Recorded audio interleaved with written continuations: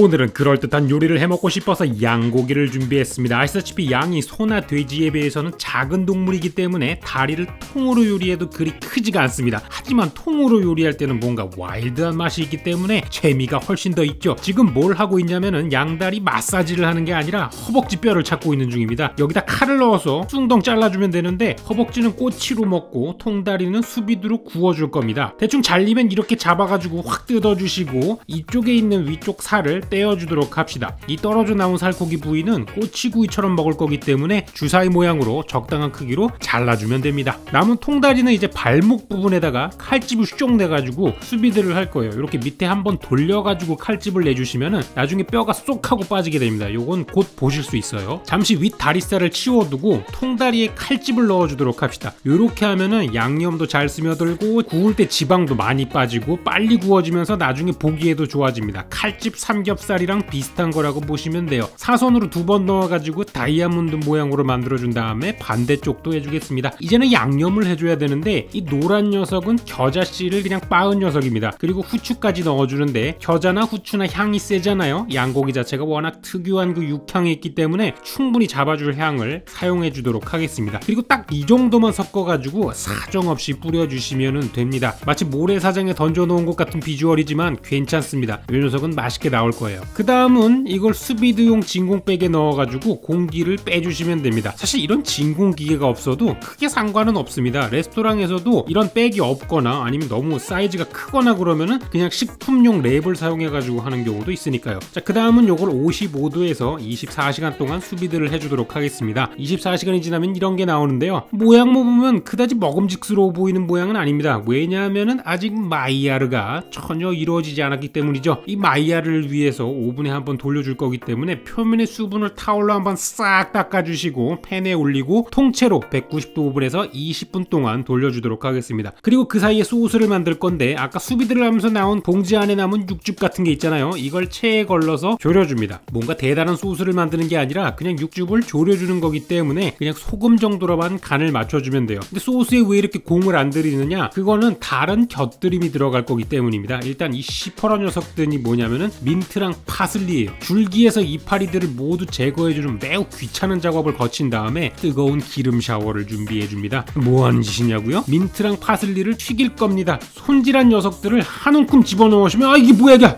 막 튀니까 잘 피해주세요. 그 다음에 30초에서 1분 정도 튀겨주시면은 아주 바삭바삭하게 됩니다. 기름을 탈탈탈 털어서 모두 건져주시면 되겠습니다. 자, 그러면 시퍼런 녀석들만 튀기느냐? 아닙니다. 동그란 녀석들도 튀길 거예요. 얘네는 고수의 씨앗과 겨자의 씨앗입니다. 이미 양념을 하는데 겨자도 썼고 고수는 또 양고기랑 엄청나게 잘 어울리기 때문에 이 녀석들도 같이 튀겨가지고 곁들여 주도록 하겠습니다. 향의 덫, 향의 올가미 이런 느낌이에요. 마무리해 주도록 하죠. 이 난리법석을 하는 동안에 양다리가 모두 익었습니다. 아까 칼로 잘라둔 부분이 쏙 빠져 있으니까 가위로 잘라주고 작업대로 옮겨준 뒤에 아까 만들어둔 소스를 넉넉하게 뿌려주도록 하겠습니다. 라고 말했지만 사실 얼마 나오지 않아가지고 그냥 적당히 뿌려주도록 하겠습니다. 단순하게 육즙을 졸여낸 거에 지나지 않기 때문에 대부분 소금 맛이 나는 그냥 소스 같지 않은 소스예요. 그리고 그 이유에다가 아까 튀겨놓은 민트랑 파슬리를 그냥 마구마구 뿌려줍니다. 그리고 튀긴 고수랑 겨자씨도 뿌려주는데 이 양다리살 부분이 씹었을 때 약간 입에서 통통 튀는 쫀득한 부위이기 때문에 바삭한 녀석들을 곁들여주시면 씹는 느낌이 훨씬 더 좋아지기 때문이죠. 이제 완성이 다 되었기 때문에 흰 접시로 옮겨서 모양을 뽐내보도록 하겠습니다. 우선 가까이서 한번 봐주시고 그 다음은 잘라서 단면을 보도록 합시다. 전반적으로 분홍빛이 나는 수준으로 익어졌고 덜 익은 부분은 없죠. 괜찮게 완성된 것 같네요. 조그맣게 잘라서 한번 먹어보도록 합시다. 어떤 맛이 나냐고요? 충분히 주시하면서도 사진을 보여주자마자 집으로 가지고 오라는 카톡을 받았습니다. 잘라놓은 녀석들만 먹고 나머지는 집에 가져가도록 하자고요. 그런데 아까 손질하고 남은 부위가 있잖아요. 다리 위쪽 부분을 뼈에서 발린 살코기인데 이 부위도 요리해 보도록 합시다. 별다른 건 없고 그냥 구워 먹을 건데 주사위 모양의 먹기 좋은 크기로 잘라주면 됩니다. 저는 그냥 큼지막하게 잘랐습니다. 그리고 이 상태에서 팬에 그냥 구우셔도 되는데 다음 컨텐츠를 위해서 구입해둔 장비가 있어가지고 그냥 하는 김에 이것도 써보려고 합니다. 예전에는 이 꼬치가 수직으로 빙빙 도는 녀석을 쓴 적이 있는데 이번에는 수평으로 돌아가는 녀석이 있어가지고 흑우같이 구입을 했습니다. 광고 같아서 로고는 지워버렸고요. 나중에 나중에 알게 된 것인데 요즘 나오는 대형 에어프라이어에는 이런 통돌이 기능이 다 있습니다. 심지어 제가 쓰던 에어프라이기도 이 기능이 있기 때문에 그걸 모르고 저는 그냥 새 걸 구입한 거죠. 이쯤이면 DNA에 흑우가 박혀져 있는 게 분명합니다. 흑우 타령은 이쯤 됐으니까 타기 전에 얼른 꺼내가지고 주방을 더럽혀 봅시다.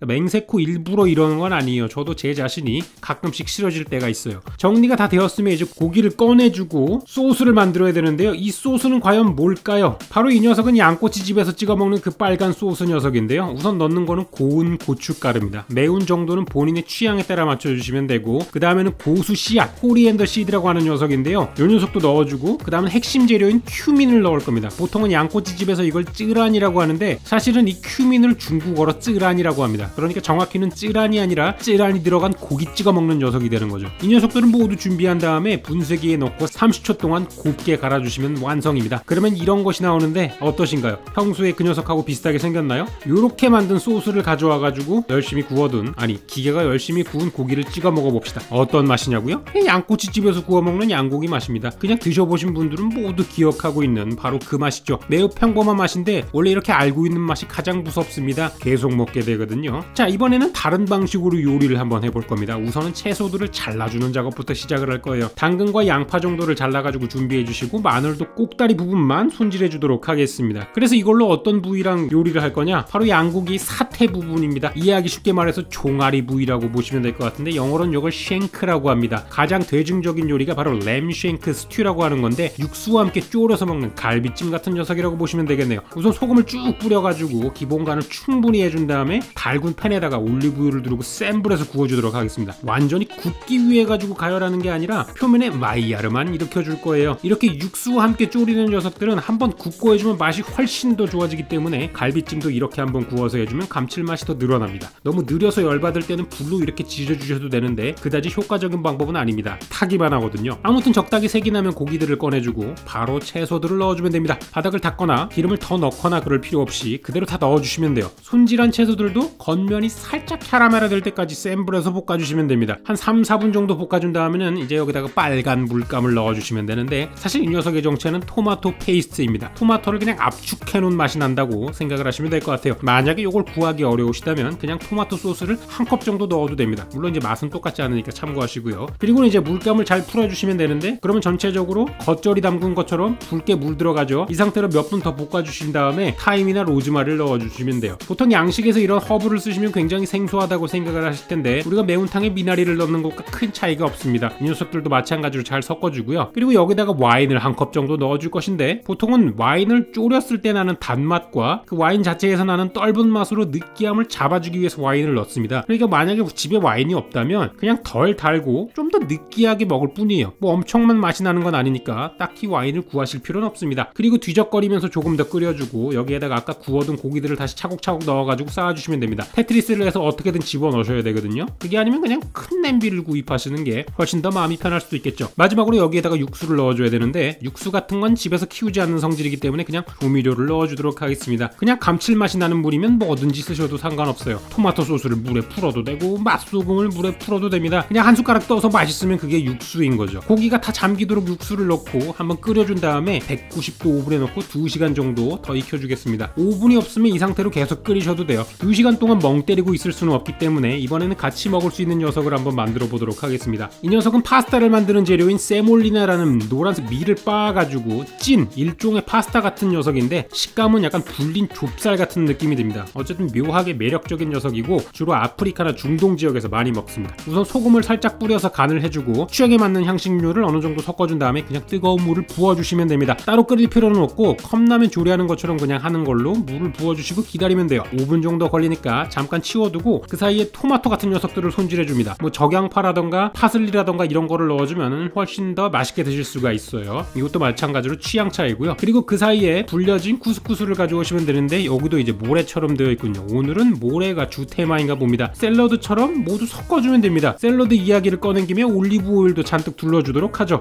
이걸 이상하게 생각하실 수 있으실 텐데 참기름과 간장에 밥 비벼 먹는 거랑 큰 차이가 없습니다. 잘 섞어주시면 돼요. 이 과정에서 조금 뻑뻑해 보이거나 하면 좋아하시면 올리브유를 조금 더 넣으면 되고요. 개인 취향에 맞게 조절을 해주시면 됩니다. 뭐 간장 계란법도 참기름 하나 넣는 사람 있고 2개 넣는 사람 있고 여러 가지가 있잖아요. 비슷한 거라고 생각을 해주시면 되고요. 대충 비벼주시면 고슬고슬한 김밥밥 같은 것이 나오는데 마지막으로 해줄 건 드셔보시고 소금량을 맞추시면 됩니다. 이렇게 쿠스쿠스 샐러드가 완성이 되었죠. 그 사이에 이제 양고기 찌개가 완성이 되었는지 한번 보겠습니다. 뭔가 까만 부분이 보이지만 착시 현상이에요. 대부분의 착시 현상은 고기를 뒤집어 놓는 것으로 해결할 수 있습니다. 나머지 녀석들도 모두 뒤집어가지고 착시 현상을 해결해 주도록 하고요. 사실 이 문제는 뚜껑을 덮어서 요리를 하면 그냥 해결이 되는 거였는데 저는 이렇게 색이 나는 거를 더 좋아해가지고 일부러 태웠습니다. 취향 차이예요. 이번에도 남은 육수는 체에 걸러주도록 하겠습니다. 물론 소스를 만들기 위함인데요. 툭툭 쳐서 걸러주고 잔뜩 성이 날 때까지 졸여주시면 됩니다. 아무것도 더 첨가하지 않으셔도 돼요. 그리고는 보기 불편하게 질질 흘리면서 양사태를 가져온 다음에 화가 날 때까지 졸여둔 녀석을 뿌려주시면 됩니다. 사실 소스라기보다는 그냥 국물입니다. 양국물. 그런데 감칠맛이 넘치는 양국물인 거죠. 그냥 보기만 해도 만족스럽지 않습니까? 그 다음은 뭘까요? 후두둑 떨어내야겠죠? 3시간 가까이 요리를 했기 때문에 당연히 뼈와 살이 분리가 됩니다. 역시나 만족스럽게 분리가 되는 모습이 아주